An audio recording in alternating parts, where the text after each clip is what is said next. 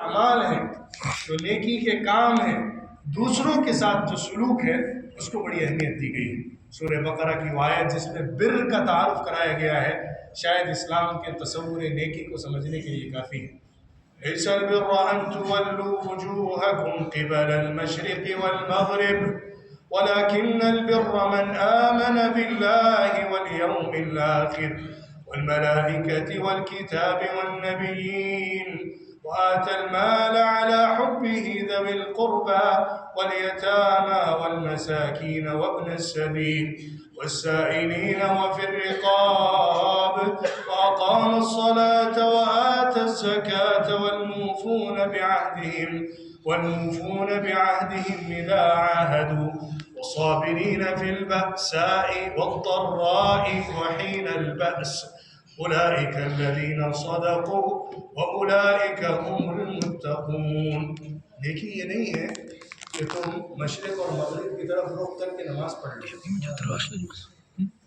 نیکی صرف یہ نہیں ہے کہ تم مشرق یا مغرب کی طرف اپنا رخ کر لو اور سمجھو کہ نیکی کا حق ادا کر دیا، بلکہ نیکی یہ ہے کہ جو سچا ایمان لائے اللہ پر، آخرت کے دن پر، فرشتوں پر، نبیوں پر، اور اپنے مال کو خرچ کرے، مال کی محبت کے ساتھ ساتھ۔ مال کی بہت محبت ہو، بہت چاہت ہو، بڑی لالچ ہو، بڑی خواہش ہو مال سمیٹنے کی، مال جمع کرنے کی، مال کمانے کی، اس حالت کے اندر اپنے مال کو نکال کر اللہ کے لیے دے۔ کس کو دے؟ رشتہ داروں کو دے۔ فکر کرے اپنے رشتہ دار کی، یتیموں کی نگہبانی کرے، ان کا سہارا بنے، اور جو مسکین ہیں، پریشان حال ہیں، کھانے پینے کا جن کے پاس انتظام نہیں ہے، تنگ دست ہیں، ان کے لیے بندوبست کرے، اور جو مسافر چلا آئے اور اس کے پاس سامان سفر ختم ہو گیا، ضرورت میں پڑ گیا، اس کا ساتھ دے۔ اپنے وعدوں کو پورا کرے، جب بھی وعدہ کرے، جس سے بھی کرے، جو بھی وعدہ کرے۔ صبر کو اپنائے، مشکل میں، تنگدستی میں، تکلیف میں، بیماری میں، ہر حالت میں صبر کا دامن تھامے رکھے۔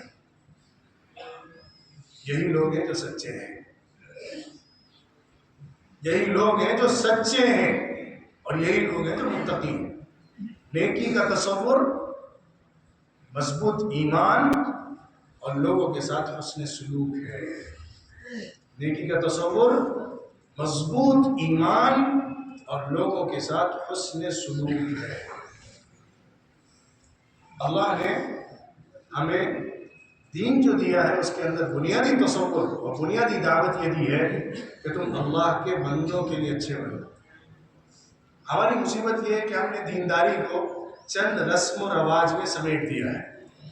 اس کے اندر تو ہمارے نزدیک دینداری ہوتی ہے، لیکن اس سے باہر جو دینداری ہے اس کو ہم بھلا دیتے ہیں۔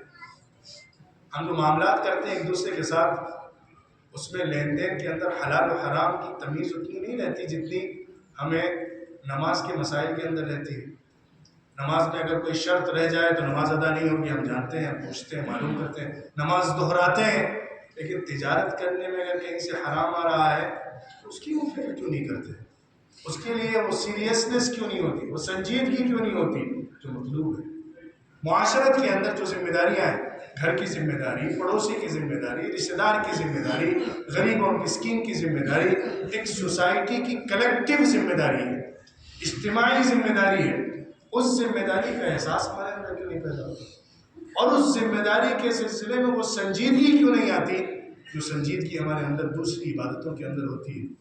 جس طرح ہمارے اندر عبادتوں کے تعلق سے سنجیدگی ہے اور ہونی چاہیے، ویسے ہی معاملات اور معاشرت کے اندر بھی جو اللہ کے احکامات ہیں اس کے سلسلے میں سنجیدگی ہونی چاہیے، کیونکہ وہ بھی قرآن کے حکم ہے، اور قرآن کا بڑا حصہ اسی سے متعلق ہے کہ تم زندگی کیسے گزارو گے، تمہارا دوسروں کے ساتھ معاملہ کیسا ہوگا، تمہارا سلوک کیا ہوگا۔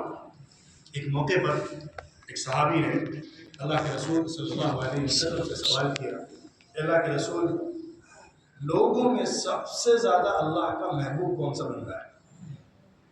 ہم ہوتے تو کیا جواب دیتے ہیں، اور ہمارا تصور کیا ہے؟ تو دن بھر نماز پڑھتا رہتا ہے، دوسرا سوال تھا اللہ کے رسول اعمال کے اندر سب سے افضل عمل کون سا ہے جو اللہ کو سب سے زیادہ پسند ہے؟ تو حضور صلی اللہ علیہ وسلم نے کیا جواب دیا؟ احب الناس الى اللہ انفعهم للناس،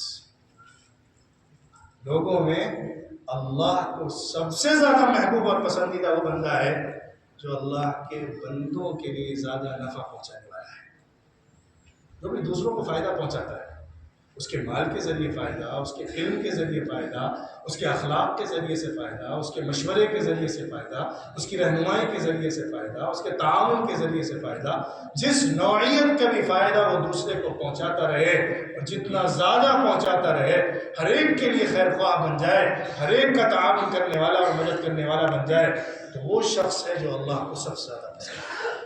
اللہ اس سے سب سے زیادہ محبت کرتا ہے جو اللہ کے بندوں کا سب سے زیادہ خیال کرتا ہے۔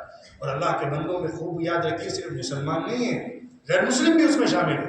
جو غیر مسلم ہے، اسلام قبول نہیں کیا ہے اور وہ اسلام کا دشمن نہیں ہے، اس کے ساتھ بھی اچھا سلوک کرنے کا حکم دیا گیا ہے، اور یہ دین کے کاموں میں سے ایک کام ہے، اس پر ثواب ملتا ہے، اللہ اس سے راضی ہوتا ہے، اللہ اس سے خوش ہوتا ہے۔